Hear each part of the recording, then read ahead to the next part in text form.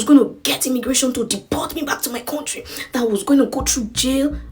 Came to my door and knocked and said, okay, it was safe for me to open my door. So they came in and then they started interrogating me. How I almost got locked up in Canada for cooking beans and fish. Is this message intended for me or someone else? I was very confused.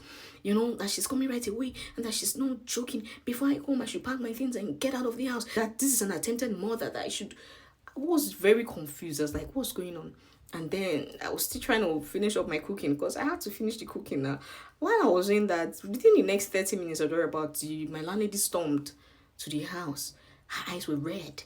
She was screaming, yelling that I should pack my things and leave. Mind you, I had paid for 2 months' rent. Like, I was like, move to where? Where do you want me to go? Like, she was screaming that she doesn't care. I should take my things and get out of the house. That she told me to stop cooking meat.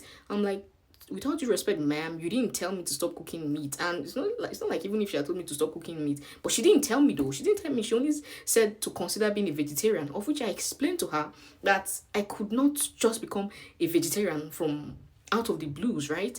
And then we ended this. She was screaming that she was threatening now, that she was going to send me back to my country. This, mind you, she was not like actually white. She was like an immigrant from, like, I think Ukraine or Russian, whatever, but she was one of from either Ukraine or Russian. She was talking that she was going to get immigration to deport me back to my country, that I was going to go through jail. I was like, am I a thief? Did I enter the country illegally? Like, what's going on here? She was screaming at the top of her voice that before she opens her eyes, I should get out of her house, that she's not going to be held responsible for anything that happens to me. At that point, I took it as a threat to life. I'm like, what? I was like, this is not that deep. It's just food. It's just beans and fish. Like, because I was grilling the fish. I was like, this is not funny. It was really intense. Like, it's not even the way I'm saying it. She was like, she was going to call the immigration, that she would deport, that she has my details, she has my passport details and everything, my ID, that she was going to have them deport me. To be very honest, I wasn't even scared about the deportation. So it was at the point that she was threatening me that if anything happens to me, that she's a citizen, that, you know, the law is going to work in her favor. I was like, wow, see oppression. That the law is going to work in her favor. That she's going to be the victim. That I'm trespassing in her property. I mean, trespass.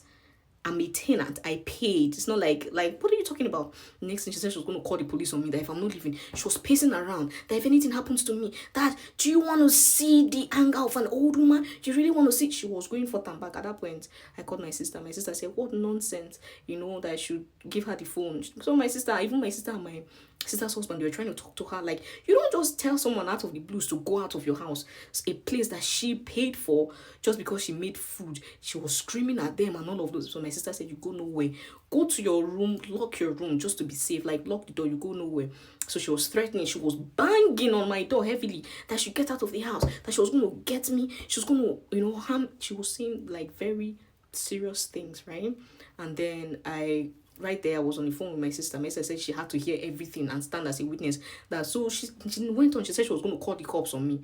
I'm like, I'm just barely 2 months in this country, and like, it's not like I was scared of the cops or anything, but I was just like, this is becoming too intense. I was trying to calm her down. Like, is there a way we can talk this thing through? She wasn't listening. She was like really mad. She was not having it. So I'm like, call the cops on something like this. Like, I was feeling so bad. Like, I was like, I'm too young in this country to have my name in, you know, police record and all of those things. So when my sister heard that she was going to call the cops, my sister told me to immediately call like the nearest cops. My sister was like, should she call? I was like, it's too far. Like, even before you get here, anything can happen. Don't worry. You know, my sister and my sister's husband, they were ready to call because it was actually late. Like, I think 8 p.m. or thereabout. It was late at night. I was like, it's too late. You can't be driving down. And there was a bad snow, actually. It was, you know, winter period. I'm like, don't worry. And then my sister was like, you know what? You have to get through to the cops first before she does. Because if she calls the cops, that she may fabricate lies and all of those things. So I picked my phone and I called. And they were like, oh, and I was like, I told them, like, she was threatening, right? So they were like, okay, that this is a home issue. That did I see her with any harmful object or anything like that, any that she with any possession or like. I was like, I didn't see that, because the moment she started threatening, I just locked myself in the room. They were like, okay, just stay, do you have anywhere you have to go? I said, not now. I had an exam the next day, so I had to study, but at the time, because of all this distraction, I wasn't even focused or anything. Then they told me to just stay back indoors for now, and that they could not send a dispatch, someone to come check, because it was not like, really, it was not like an urgent matter in my mind. I'm like, is it until they on a life me that this is urgent, right? But then that I should just keep my ears down. If I see, it's a matter of life and death, then I should call them back. I'm like, I'm not gonna wait till that time before. Anyways, I just listened. I stayed indoors. So not long, like 10 minutes later or thereabout, cops, they showed. Me, I even thought it was the cops I called. Apparently, she went through with her threats. Called the cops on me. And then they came, and then I could hear them, trying to talk. I didn't hear what the cops, the cops moved her. They were trying to settle. But one thing I heard her say was that I made something poisonous. Like I made a poisonous substance that almost killed her other tenant, and that it's a matter of life and death and all of that. I was like, this woman just wants to rope me for nothing. Like, this is too much, right? So after they were with the lady, they talked and talked. After a while, the cops came to my door and knocked and said, okay, it was safe for me to open my door. So they came in, and then they started interrogating me. They said, what happened? So I said my own side of the story, that it was just like I was just cooking food that I wanted to eat. I was hungry. I was making food that prior to that time, she didn't tell me I could not do meat. I just said everything that happened though. And then they asked me if I had a place to stay. I was like, no, I already paid her for 2 months. I don't have anywhere to stay. The only family I have, they are like 2 hours away from here. Like, okay, it's okay. That that they were going to talk to her, that this is just like a misunderstanding. I was like, exactly. I was trying to calm her down. They said it's fine. That I was like, right now I feel threatened. Like I was just like, I was emotional. I was crying. Like I feel threatened. Like, they were like, it's okay, that they were going to talk to her. That it's not fair for her to just have me kicked out. But I should just start from now. I should start looking for a place to, move to, a place that can accommodate me and my cooking and all of that. I said, okay, so what will happen? The rent I already paid. They said no, that they were going to talk to her, that we will solve that, would resolve that, probably calculate the days I have spent and then give me the balance. That of course there's no way I'm going to leave without my money, right? But that they will talk to her, that in the meantime, if it's possible for me to just avoid those foods, that just to live amicably with one another, if it's possible for me to just avoid cooking those food in the meantime, that I'll be there. I was like, that they know it's not easy, but that I should just try just to maintain that peace.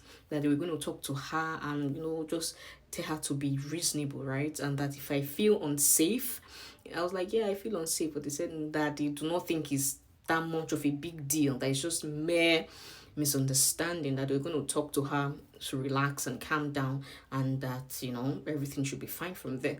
So they went and spoke to her. I don't know what they told her, and then they came to me and said it's okay if I want to stay in the room, but then everything should be fine from now on.